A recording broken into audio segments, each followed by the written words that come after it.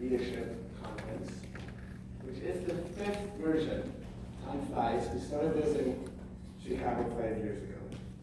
And when I say we, I mean my dear friend and colleague, Security Gupta, Cornerstone, right here, and Yusuf Barra, right there.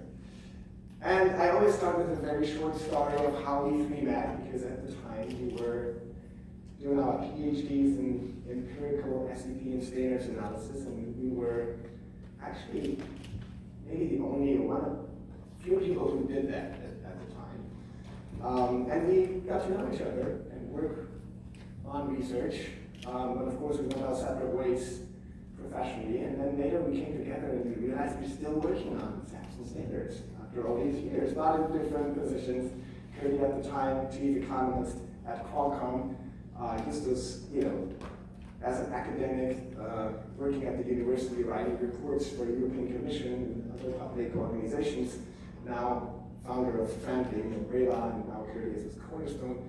And we came together and we said, why don't we bring people together that we all know through our careers and ways of how we work together, and bring them in one room with all their different perspectives from the legal world, the business world, policy, technology world, but also academic world, to really discuss these topics that are all so dear to our hearts, that we all care about so much, and really bring people together. And I think we think of this not only being a conference, we think of this being a meeting of people where we can discuss, where we can maybe solve or start solving some of the challenges that we have, but at least at a minimum understand each other better and understand what we're doing. And I think we want two things. We want the big picture of what this is, but we also want to go deep, deeper than on the surface. We want to really understand things.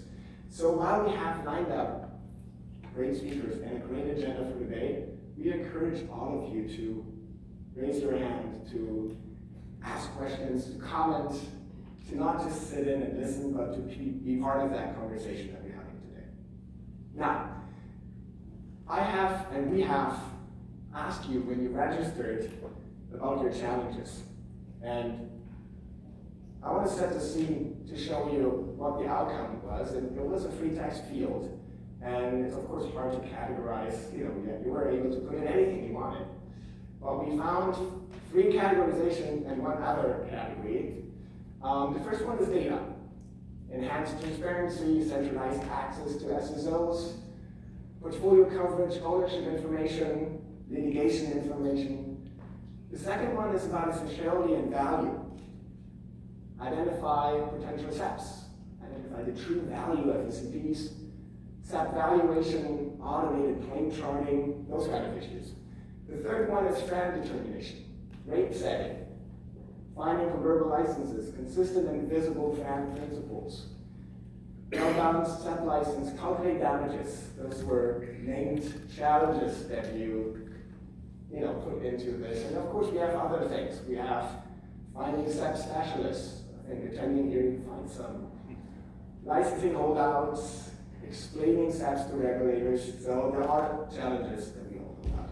And I want to kick off today to talk about the second challenge a little bit, because we are living, of course, in a more and more AI-influenced world.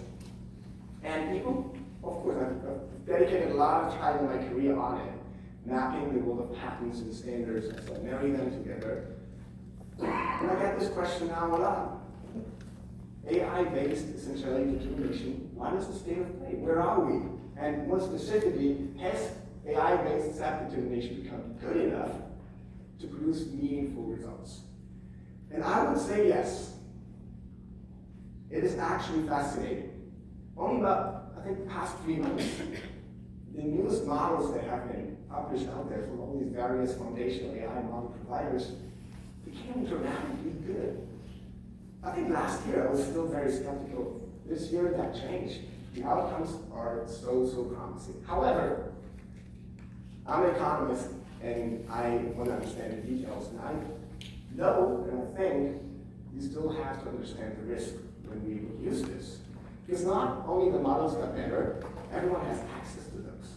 You can go go to them now, put in a claim, and it gives you a pretty good understanding what it adds to, right? But we have to be careful doing it. And this is what I want to talk about. What we do at Next Cyberlytics, we're not creating claim charts, but we're mapping portfolios to high, medium, and low. And we've been doing this now for the past 3 months only, based on large language models, in a combination with a multi-vector model, to understand at least directionally, the percentage of those portfolios of what we call undeclared patents or SAP candidates, which could be essential of those. And we combine an analysis of the language of the claims and sections, which is this multi-vector model, with the large language models, because we found that large language models get even better when we point them at only a few patents, maybe 100, maybe 1,000, but not at 100,000, right? And we're looking at larger landscapes, we need to break it down. However, what I want to talk about today is how can we make that better. Our process is not only LLM-based or multi-vector-based, it is still having very heavily the human in the equation. And it's interesting, when we founded Analytics, it's like 13 years ago, we mainly hired developers. I don't know if you remember Steve Pohlmann from Microsoft saying developers on stage. Today, he could say SMEs. You don't need developers actually anymore. We've been hiring subject matter experts because prompt engineering is not about developing, it's about knowing the process, the workflow that AI can produce. So we have a great team now of subject matter experts who not only prompt engineer the mapping of patents to standards, but they also look at the results. But even more, and this is great that we have so many customers in the area, we work with our customers, with the innovators, with those who own the patents, who maintain these portfolios. If we make assumptions on a portfolio of someone, I would love the feedback before I put it out, right? So we work with all these big S&P owners and send them our data. And of course, we get different kinds of feedback, but that kind of feedback is super important. But even more important is number 4, 5, and 6. You have to be very critical with everything that you're doing. So, are there errors? There are always errors, so yes. But what kind of errors? Is there maybe even a bias? And that's what I want to talk about today, to give you a little bit of sensitivity of this. Again, because the technology is there, we all have access to it, but we have to understand what we are dealing with. Now, our data is fascinating. Look at the litigated patents that were found essential. 98% of them are now high category. Patents in pools, 96%. Patents where we have claim charts, connected to them as evidence of infringement, all in our high category. So the precision is dramatically good. These numbers were so different a year ago. 2 years ago, don't even think about it. Using only vector space, these are weak correlations. This is actually good. But still, how good is it? But maybe let's talk about the problem. Determining essentiality is very complex. It's not easy, actually. And I use this example a lot. This is case of Philips Elkin. It was in Germany and at the UPC. Both courts, same patent, a lot of evidence brought forward by the experts. One court found the patent essential, the other not. Same patent, lots of evidence. And this tells you how complex this can be. Of course, patents are different. Some are straightforward, but some are very complex and not straightforward. So we always have to keep remembering this is actually a very complex problem that we humans seem to not always fully solve as well. Now, as an economist, you always care about errors. Sounds boring, but it's actually quite interesting. I try to interest you into errors today. And there are errors that actually are not even problematic. We call them random errors, right? And random errors, the visual on the right, is actually okay. We know, there's a confidence level, and things get things wrong or right. We can calculate that and we can manage that. What we can't really manage is systematic errors. Errors that correlate with things. Correlate, for example, with the characteristic of a patent.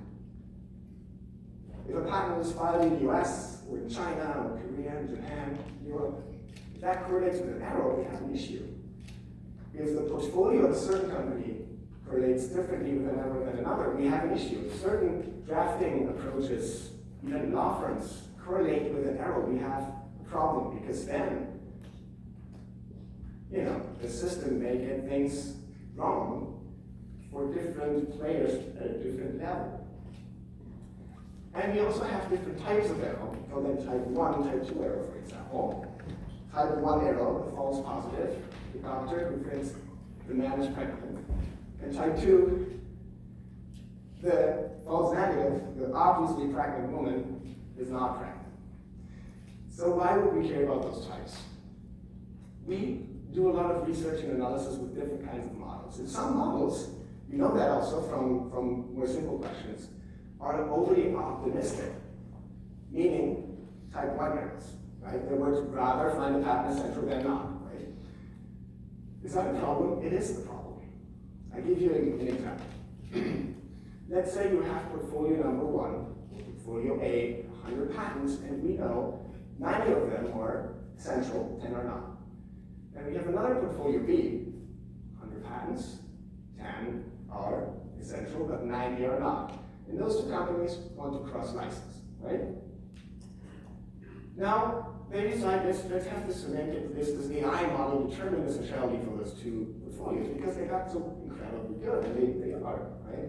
But let's say that model they're using is overly optimistic, right? At a rate of, out of 10 non-patents, it identifies one as essential by a certain type 1 error. Now, for the 92 essential patents and 10 non-essentials, that would mean 1 out of the 10 is identified as essential, meaning the AI would say there are 91 patents in that portfolio essential, right? It inflates that portfolio by 1 patent. B, however, 90 non-essential patents finds 9 patents that shouldn't be found essential as essential, so it inflates that portfolio by 9. So the same model with the same error rate would inflate portfolio number 1 by only 1%, while it would inflate portfolio number 2 by 90%. Right? Which basically tells you the different characteristics of these two portfolios using the same model, we think, as neutral, with a little bit of an error rate, would actually create pretty strong bias. Right? And I think what I wanted to say is I want to make you sensible of these kind of things, that you have to understand these errors, and you have to find ways to rule those errors out and always be critical at anything you put out there that people should believe.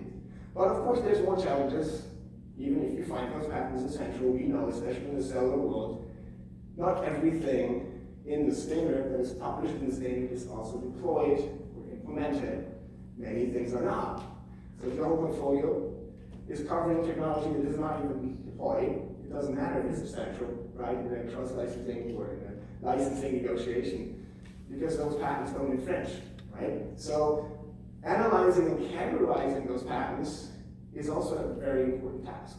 Understanding the difference of user equipment based to network, video encoding and decoding, or going even deeper into the functions and features and technology areas to understand what these patents actually cover. Now, there's a lot of things we can do today, and we have a lot of findings. We have to know what we use. Again, we think vector models and LLMs together is a very good approach. We have to assess the errors and rule them out. We need the human. We need our customers for feedback. And I hope we will get better at this, better every time. But of course, we also have to think that this then solves the whole problem or the whole question. And there's one thing that is part of the question that is still very controversial, and that is value. Because you saw in those challenges, it's not only about essentiality, it's also about value. And you can argue that certain patents, even though essential, have different values. Some protect very, fundamental technology that's used, in a lot of use cases, and others are more marginal, right? But how to determine that is still a challenge that is ahead of us, that we just have to be aware, because the better systems get, the more people may be put into the interpretation of it, right? And I keep saying, I'm a data person, we provide directive information, but we don't determine facts, And I want to just leave you with that, because we are living in a world And I'm optimistic, and I'm actually pretty hyped about this AI and what it can do. But we always have to think about those challenges before we come to conclusions that may go a little bit beyond. With that, I would like to have my dear colleague and friend, Curly, on stage. She's going to talk about your actually first challenge, which is data. And many of you were interested in the litigation data. And I know Curly can help us out with that. But thank you guys for being here. Welcome again. And I'm glad you're all here, and I'm sure you will have a fantastic day ahead of us.